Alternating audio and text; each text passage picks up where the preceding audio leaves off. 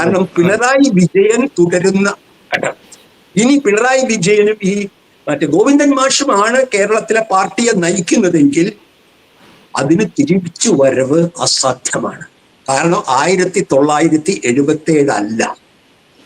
അത് മനസ്സിലാക്കിയിട്ട് എപ്പോഴും 1977 പറഞ്ഞ് ജനങ്ങളെ തിരിച്ചു വന്നില്ല. അതൊന്നുമല്ല. അതൊക്കെ വെറുതെ ഒരുതരം എന്താ പറയണ്ടേ, ഈ ഒരു പതിവ് ചൊല്ലു പറഞ്ഞു പാർട്ടി സഖാക്കളെ ആവേശം കൊള്ളിക്കാനും അല്ല സൈബർ സഖാക്കളെ. അതിനുദാഹരണം ഇന്ന് നടന്ന സംഗതിയല്ലേ സാർ, കോക്രോച്ച് ജനതാ പാർട്ടി എന്ന് പറഞ്ഞ് അമേരിക്കയിൽ ദളിത് മഹാരാഷ്ട്രീയൻ തുടങ്ങിയ അതിൽ BJP-ക്കാളും കൂടുതൽ ഫോളോവേഴ്സ് ഉണ്ടായപ്പോൾ എന്താണ് അവർ ചെയ്തത്? ഇത് നാഷണൽ സെക്യൂരിറ്റിയെ ബാധിക്കുന്നു. അതാരാണ് പറയുന്നത്? IB ആണ് പറയുന്നത്. നാഷണൽ സെക്യൂരിറ്റിയെ ബാധിക്കുന്നു, അതുകൊണ്ട് അത് ബ്ലോക്ക് ചെയ്യണമെന്ന് പറയുന്നു. അതായത് നിങ്ങൾ ഫൈറ്റ് ചെയ്യുന്ന കോൺഗ്രസ് റെജീം ആണെങ്കിൽ അവിടെ ഒരിക്കലും IAC ഇന്ത്യ അഗൻസ്റ്റ് കറപ്ഷൻ വന്നപ്പോൾ അവർ ഒരിക്കലും അത് നാഷണൽ സെക്യൂരിറ്റിയെ ബാധിക്കുന്ന പ്രശ്നമാണെന്ന് ഒരിക്കലും പറഞ്ഞില്ല. അവർ അതിൻ്റെ വിക്ടിമായി ആ മാനിപ്പുലേഷൻ്റെ. ഇവിടെ ഒരു നാച്ചുറലായിട്ട് വന്ന ഒരു ജെൻസി ഇഷ്യൂവിൽ എന്താണ് സർക്കാർ ചെയ്തത്? BJP സർക്കാർ ചെയ്തത് നാഷണൽ സെക്യൂരിറ്റി എന്ന് പറയുന്നു. അങ്ങനെയുള്ള സിറ്റുവേഷനിൽ എനിക്ക് തോന്നുന്നത് ജെൻസി അല്ലെങ്കിൽ ഇന്നത്തെ തലമുറയെ പോലും അല്ലെങ്കിൽ 40കളുടെ 50കളിലോ ഉള്ളവരുടെ പോലും മനസ്സിൽ എന്താണെന്ന് മനസ്സിലാക്കാൻ കഴിയാത്ത 70 കഴിഞ്ഞ അല്ലെങ്കിൽ 80 കഴിഞ്ഞവർക്ക് നേതൃത്വം ഒഴിയേണ്ടത് അവരുടെ പാർട്ടിയോടും അവരോടും ചെയ്യുന്ന വലിയ പക്ഷെ നമ്മൾ ഇന്നലെ താങ്കളുടെ കോക്രോച്ച് ആ പാർട്ടിയെ കുറിച്ചുള്ള താങ്കളുടെ ചർച്ച ഞാൻ ശ്രദ്ധിച്ചു. ഇതെല്ലാം കേരളത്തിലും ബാധകമല്ല. ഇതൊന്നും ലോകത്ത് സംഭവിക്കുന്ന കാര്യങ്ങളൊന്നും കേരളത്തിലെ വോട്ടർമാർക്ക് ബാധകമല്ല എന്ന രീതിയിൽ ചിന്തിക്കുന്ന ഒരു ചെറിയ ന്യൂനപക്ഷമാണ് പാർട്ടിയുടെ തലപ്പത്ത് നിന്നുള്ളത്. കാരണം അവരുടെ രാഷ്ട്രീയ സാക്ഷരത പുറകോട്ടാണ്. ഇപ്പൊ ഗോവിന്ദ മാഷെ പറ്റി അറിയാം. 500 രൂപ കൊടുത്ത് ഷൊർണൂരിൽ നിന്ന് 60 അപ്പവുമായി കൊച്ചിയിൽ വന്ന് വിറ്റ് വീണ്ടും 500 രൂപ കൊടുത്ത് ഷൊർണൂരിലേക്ക് പോയി എന്ത് ആപ്പക്കച്ചവടത്തിൽ നിന്നാണ് ലാഭം ഉണ്ടാക്കുന്നത്? ഏത് കച്ചവടക്കാരനെയാണ് ശ്രീ ഗോവിന്ദ മാഷ് സംസാരിച്ചത്? ഷൊർണൂരിൽ നിന്ന് കൊച്ചിയിലേക്ക് അതിവേഗ സിൽവർ ലൈനിൽ വന്ന് ഇത്രത്തോളം ഇതൊരു മലയാളിയുടെ സാധാരണ എന്താ പറയാ, എനിക്കറിഞ്ഞൂടാ. ഒരു മലയാളി എല്ലാത്തിനും പറയും, കുറച്ചു കഴിഞ്ഞ മലയാളി പറയും ഓവർ ആവുന്നു. ഇത് ഓവർ ആവുന്നു എന്ന് പറഞ്ഞാൽ ഇപ്പൊ ഉമ്മൻചാണ്ടിയുടെ മകൻ സൈക്കിളിൽ പോയപ്പോ കോൺഗ്രസ്സുകാർ പറഞ്ഞു ഇത് ഇത്തിരി ഓവർ ആവുന്നു. അത് മലയാളിക്ക് അങ്ങനെ ഒരു ബോധമുണ്ട്. ഏത് തമാശയും ഏത് വിഡ്ഢിത്തരവും ഒരു പരിധി വരെ സഹിക്കും. പക്ഷെ ഇതെല്ലാ പരിധിയും ലംഘിച്ചുകൊണ്ടാണ് ഇദ്ദേഹം സിദ്ധാന്തം എന്ന് തെറ്റിദ്ധരിച്ച് പറയുന്ന പഴയ വരട്ട് ന്യായങ്ങൾ. ഇത് കേരളത്തിലെ യുവതലമുറയ്ക്കോ കേരളത്തിലെ സ്ത്രീകൾക്കൊക്കെ ഇത് ഇഷ്ടമാവുന്നില്ല. അത് മനസ്സിലാക്കണം. കേരളത്തിൽ CPM തോറ്റതിൽ സ്ത്രീകൾക്കുള്ള പങ്ക് ഇവർ അന്വേഷിച്ചിട്ടുണ്ടോ? സർ, ആദ്യം ഞാൻ കേട്ടത് സ്ത്രീകൾ കൂടുതൽ വോട്ട് ചെയ്തു, അത് അവർക്ക് പ്രത്യേക ആനുകൂല്യങ്ങൾ കൊടുത്തതാണ് എന്ന് തെറ്റിദ്ധരിച്ച ഒരു പാർട്ടിയാണിത്. അതുകൊണ്ട് അതെ, ചെറിയ ആ തെറ്റിദ്ധാരണ മാറിയിട്ടില്ല എന്നുള്ളതിന്റെ ഉദാഹരണമാണ് 34 ചോദ്യങ്ങൾ, 34 മണ്ടൻ ചോദ്യങ്ങൾ അണികളോട് ചോദിച്ചിരിക്കുകയാണ് കണ്ടുപിടിക്കാൻ. പിണറായിയുടെയും ഗോവിന്ദൻ മാഷുടെയും നയങ്ങൾ ഞങ്ങൾക്ക് വിൽക്കാൻ കഴിഞ്ഞോ ഇല്ലയോ എന്നുള്ള അടിസ്ഥാന പ്രശ്നം ചോദിക്കാതെ നിങ്ങൾക്ക് ഇത് വിൽക്കാൻ കഴിഞ്ഞില്ല ജനങ്ങളുടെ കൂടെ എന്ന് ചോദിക്കുന്നതിന് പകരം പെൻഷൻ കിട്ടിയ സ്ത്രീകളുടെ ഗ്രൂപ്പ് പ്രവർത്തിച്ചോ ഇല്ലയോ, എന്തൊരു തരം ഇരുട്ടുകൊണ്ട് ഓട്ടയടക്കലാണ് ചെറിയാൻ. അല്പമെങ്കിലും കമ്മ്യൂണിസ്റ്റ് ബോധവും രക്തസാക്ഷികളുടെ ഓർമ്മയുമുള്ളവർക്ക് ഇത് സാധിക്കുമോ? സ്വയം കബളിപ്പിക്കാനും മറ്റുള്ളവരെ കബളിപ്പിക്കാനും സാധിക്കും. എത്ര പേരുടെ രക്തമാണ് ഒഴുകിയിട്ടുള്ളത്, എത്ര കുടുംബങ്ങളാണ് തകർന്നിട്ടുള്ളത്. ഇവരാചരിക്കുന്ന ദിവസങ്ങളുടെ പ്രാധാന്യം ഇവർക്കറിയും. എന്നിട്ട് ഇത്തരത്തിലുള്ള 34 ചോദ്യങ്ങൾ, അത് ഘടകങ്ങളാണ് തെറ്റുപറ്റിയതെന്ന്. ഇപ്പൊ നേതൃത്വമല്ല തെറ്റുപറ്റിയത്, അവരുടെ തെറ്റായ നയങ്ങൾ നടപ്പാക്കാൻ കഴിയാതിരുന്ന ലോക്കൽ കമ്മിറ്റിയും ബ്രാഞ്ച് കമ്മിറ്റിയുമാണ് തെറ്റ് ചെയ്തതെന്ന് പറഞ്ഞാൽ മാർക്സ് അവിടെ കിടന്ന് തിരിച്ചു. ആ മാർക്സിന്റെ ശവശരീരം ഹൈഗേറ്റിൽ. പക്ഷെ ഇത് ഇനി ഈ സെൻട്രൽ കമ്മിറ്റി CPM-ന്റെ ഭാവി തുലാസിൽ തൂങ്ങുകയാണ്. അത് മനസ്സിലാക്കാൻ പ്രായഭേദമന്യേ ഇടതുപക്ഷ സഖാക്കൾക്ക് കഴിയുമെന്ന് എന്റെ നിലപാടുകളോടുള്ള പ്രതികരണത്തിൽ നിന്ന് എനിക്ക് ഉറപ്പാണ്. അത് ഇതിൽ എന്തെല്ലാം ഇവർ പാർട്ടി മാധ്യമങ്ങൾ വഴിയും അവരുടെ സൈബർ കൂലിപ്പട ഈ പരാജയത്തിന്റെ ഒരു കാരണമാണ്. ആ പരാജയത്തിന്റെ കാരണത്തെ ഉപയോഗിച്ച് വീണ്ടും അശ്ലീലങ്ങൾ എഴുതിക്കൊണ്ടിരിക്കുകയാണ്, ചാപ്പ കുത്തിക്കൊണ്ടിരിക്കുകയാണ്. തെറ്റായിട്ടുള്ള സതീശൻ വ്യക്തി വിരോധം പ്രകടിപ്പിച്ച് അത് രാഷ്ട്രീയമാണെന്ന് തെറ്റിദ്ധരിപ്പിച്ചുകൊണ്ടിരിക്കുകയാണ്. അത് നടന്നുകൊണ്ടിരിക്കുകയാണ് പരാജയത്തിന് ശേഷവും. അപ്പൊ ഇത് നല്ല പോക്കല്ല, അത് നല്ല പോക്കല്ല. അവിടെയാണ് നമുക്ക് ഞാൻ ബിമാൻ ബാസുവിന്റെ എക്സാമ്പിൾ പറയാൻ. അദ്ദേഹം ഇതുപോലെ തന്നെ സീനിയർ ലീഡറാണ്, വളരെ ബഹുമാനപ്പെട്ടതാണ്. അദ്ദേഹത്തിന്റെ ഒരു സുഹൃത്ത് എൻ്റെ അടുത്ത് ഏകദേശം ഹൃദയവേദനയോടുകൂടി അദ്ദേഹത്തെ പറ്റി പറയുമ്പോൾ നമ്മൾ എന്താണ് ഇതിൽ നിന്നൊക്കെ പഠിക്കുന്നത്. എന്നെ സംബന്ധിച്ചോളം കേരളത്തിൽ അത് ഉണ്ടാകാതിരിക്കാൻ നമുക്ക് ആവുന്നത് ചെയ്യുക. നമ്മൾക്ക് ഇപ്പോഴത്തെ ദൗത്യം സത്യം അധികാരത്തോട് തുറന്നു പറയുക. അത് സതീശനായാലും പിണറായി ആയാലും അതാണ് നമുക്ക് ചെയ്യാൻ കഴിയുകയുള്ളൂ. അത് നമ്മൾ പറയുക. നമുക്ക് CPM-ൽ നിന്നോ കോൺഗ്രസിൽ നിന്നോ വ്യക്തിപരമായി ഒന്നും പ്രതീക്ഷിക്കുന്നില്ല. അതാണ് നമ്മൾക്ക്. പിന്നെ ഒരു കാര്യം പ്രധാനമാണ്, 1977 അല്ല 2026 27 എന്ന് ഏത് കൊച്ചു കുട്ടിക്കും അറിയാം. BJP കേരളത്തിലെ മുഖ്യ പ്രതിപക്ഷമാവാൻ ശ്രമിക്കും എന്നുള്ളതും ആയേക്കാം എന്നുള്ളതും ഒരു യഥാർത്ഥ ഭീഷണിയാണ്. പിണറായി വിജയനെയും ഗോവിന്ദൻ മാസ്റ്ററെയും വച്ചുകൊണ്ട് ആ ഭീഷണി തടയാൻ കഴിയുകയില്ല. ഇത് ഒരു കേരളത്തിലെ എംപിരിക്കൽ, പണ്ട് പ്രഭാത് പട്നായിക്കൊക്കെ ഉണ്ടോ ഡൽഹിയിൽ? അദ്ദേഹം പണ്ട് ബംഗാളിൽ തോറ്റപ്പോൾ അതിന്റെ കാരണം പറഞ്ഞു, എംപെരിസിസമാണ് കാരണമെന്ന്. അതായത് ഈ പ്രായോഗികവാദം, അതായത് നമുക്ക് എല്ലാവർക്കും കോറിഡോർ, നമുക്ക് ഹൈ സ്പീഡ്, ഷാങ്ഹായിലെ പോലെ യൂറോപ്പിലെ പോലെ, അതാണ് ജനങ്ങൾ, അത് വികസനമാണെന്ന് പറഞ്ഞ് സ്വന്തം ജനാധിപത്യ ബോധം തിരസ്കരിക്കുമെന്ന് വിചാരിച്ചു. അത് തന്നെയാണ് എല്ലാ ഡിക്റ്റേറ്റർമാരും പറയുന്നത്. കണ്ണിഞ്ചിപ്പിക്കുന്ന പരിപാടികൾ ഞങ്ങൾ അവതരിപ്പിക്കുന്നു, നിങ്ങൾ ജനാധിപത്യം തൽക്കാലം മറന്നേക്കൂ, പോലീസ് മർദ്ദനം മറന്നേക്കൂ, ന്യൂനപക്ഷ മർദ്ദനം മറന്നേക്കൂ എന്നാണ് മോഡി പറയുന്നത്. ഏത് ഡിക്റ്റേറ്ററും പറയുന്നു, പുടിനും ഷിങ്ങും ട്രംപ്. അത് കമ്മ്യൂണിസ്റ്റ് രാഷ്ട്രീയമായി കേരളത്തിൽ ഇറക്കിയിട്ട് അതിനെ ജനങ്ങൾ തിരസ്കരിച്ചിട്ട് ഇനിയും തെറ്റും തിരുത്താനും നേതൃത്വം സ്വമേധയാ ഒഴിയാനും തയ്യാറല്ലെങ്കിൽ പിന്നെ നമുക്ക് ഒരു ബദൽ ഇടതുപക്ഷത്തെ അന്വേഷിക്കേണ്ടി വരും. അതിലും ഒരു പുതിയ സാഹചര്യം ഞാൻ പറയാം. ഇത് RMP പോലെ അല്ല, പണ്ട് രാഘവന്റെ CMP പോലെ അല്ല, ഗൗരിയമ്മയുടെ GSS JSS പോലെ അല്ല വരാൻ പോകുന്നത്. ഇവിടെ വരാൻ പോകുന്നത് ഒരു ബദലിനുള്ള ഇടതുപക്ഷ ബദൽ. എല്ലായിടത്തും ഒരു ശൂന്യതയും അനുവദിക്കില്ല. ഇടതുപക്ഷത്തിന് കേരളത്തിൽ ഒരു ഇടമുണ്ട്, അത് ശൂന്യമായിരിക്കാൻ കേരളത്തിലെ ഇടതുപക്ഷ ജനാധിപത്യ ശക്തികൾ സമ്മതിക്കില്ല. അതും പിണറായി അറിയാം. അവിടെ ഇടതുപക്ഷത്തിൻ്റെതായിട്ടുള്ള ഒരു സ്പേസ് ഉണ്ടെങ്കിൽ അതിലെ എന്തെങ്കിലും വരും. അതിനുള്ള ഗോവിന്ദൻ, കുഞ്ഞികൃഷ്ണൻ, സുധാകരൻ, എനിക്ക് ശശിധരനെ പറ്റി വലിയ മതിപ്പില്ല അദ്ദേഹത്തിന്, എന്നാലും എന്ത് കാരണങ്ങൾ കൊണ്ടായാലും ഇത്തരത്തിലുള്ള ഈ റെബലുകളുടെ ഒരു പ്ലാറ്റ്ഫോം കേരളത്തിൽ വരികയാണെങ്കിൽ അത് പഴയ പോലെ ഗൗരിയമ്മയെ പോലെയുള്ള ഒരു മഹാനേതാവിന്റെ നേതൃത്വത്തിലായിരിക്കില്ല. അതെങ്ങനെയാണ് ആ ബദൽ രൂപപ്പെടുക എന്ന് എനിക്കറിയില്ല. അത് നമ്മുടെ CP ജോൺ അദ്ദേഹത്തിന്റെ പാർട്ടിയെ അതിനൊക്കെ സജ്ജമാക്കിയിട്ടില്ല.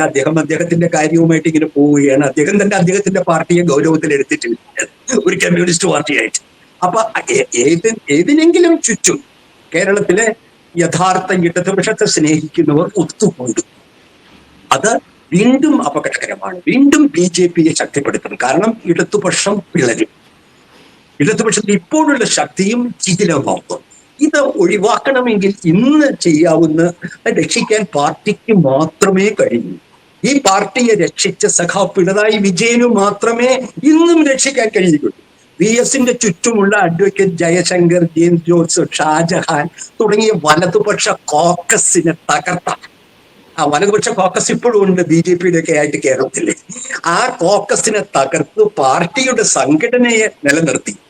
അത് വിപ്ലവ വാചകം വഴിയിൽ പുറകിലുണ്ടായിരുന്ന ആ വലതുപക്ഷ രാഷ്ട്രീയം VS പ്രതിനിധാനം ചെയ്ത അതിനെ തകർത്ത് പാർട്ടിക്ക് ഒരു കേരളത്തിൽ നിലനിൽപ്പുണ്ടാക്കിയ സഖാവ് പിണറായി വിജയൻ തന്നെ വേണം ഈ സ്വയം ആ അധികാരത്തിൽ നിന്ന് മാറി ഈ പാർട്ടിയെ വീണ്ടും രക്ഷിക്കുക. അല്ല, അതാണ് എനിക്ക് തോന്നുന്നത് വളരെ കീ ആയിട്ടുള്ള. അതായത് ഓരോ നേതാക്കളും അവരുടെ റോളും അവരുടെ പീരീഡ് അവരുടെ കാലഘട്ടത്തിന് അനുസരിച്ചാണോ അവർ നിൽക്കുന്നത്? എന്തെങ്കിലും നമുക്ക് കാത്തിരിക്കാം. അതിനിടയ്ക്ക് ചെറിയ രണ്ട് കാര്യങ്ങൾ കൂടി നമ്മൾ കേരളത്തിന്റെ കാര്യത്തിൽ മറക്കരുത്. ഈ കേരളത്തിന്റെ അവലോകനം എന്തായാലും കേന്ദ്ര കമ്മിറ്റി ചർച്ച ചെയ്യില്ല, കാരണം അത് പൂർണ്ണമായിട്ടില്ല. രണ്ട്, തമിഴ്നാടും ബംഗാളിലെയും നിലപാടുകൾ പാർട്ടിയുടെ വിലയിരുത്തൽ ഉണ്ടാവും. അതും നമ്മൾ ശ്രദ്ധിക്കണം. ബംഗാളിൽ ഇതെല്ലാം കഴിഞ്ഞിട്ടും 4% മുകളിൽ പോകുന്നില്ല. എന്താണ് അതും പരിശോധിക്കപ്പെടേണ്ടതല്ലേ? പുതിയ ആളുകളെ വെച്ച് പഴയ രാഷ്ട്രീയം പറഞ്ഞാൽ നടക്കില്ല. വെറും മീനാക്ഷി മുഖർജിയും ദ്രിപ്സ്തേവ് ഉണ്ടായതുകൊണ്ടൊന്നും കാര്യം മാറില്ല. അപ്പൊ സ്വരാജ് വന്നാൽ നടക്കുമെന്നും അങ്ങനെയൊന്നും നടക്കില്ല. വെറുതെ ചില കൂടുതൽ അഹങ്കാരത്തോടു കൂടി പഴയ രാഷ്ട്രീയം പറഞ്ഞാൽ അത് നിന്നും പ്രായം കുറഞ്ഞ ഒരാൾ പറഞ്ഞാൽ അത് പിണറായി പറയുന്നതും സ്വരാജ് പറയുന്നതും ഒരേ കാര്യമാണെങ്കിൽ ജനങ്ങൾ തിരസ്കരിക്കും.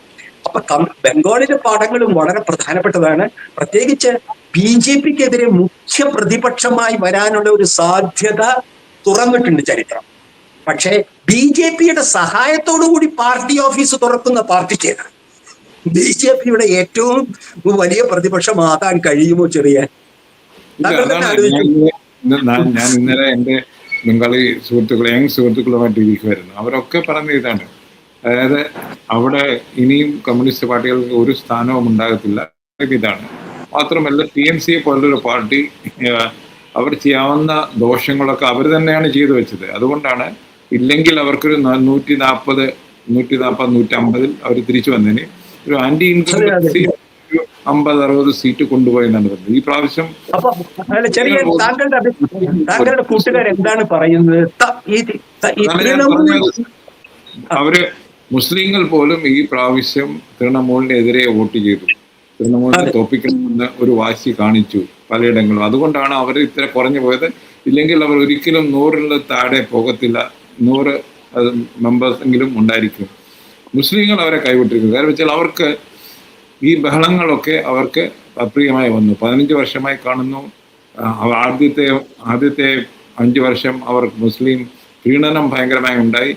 എൻ്റെ സുഹൃത്തുക്കൾ പറയുന്ന ചില അമ്പല കമ്മിറ്റികളിൽ വരെ മുസ്ലിങ്ങളെ നോമിനേറ്റ് ചെയ്തു. അത് എന്ത് സെക്യുലറിസമാണ്?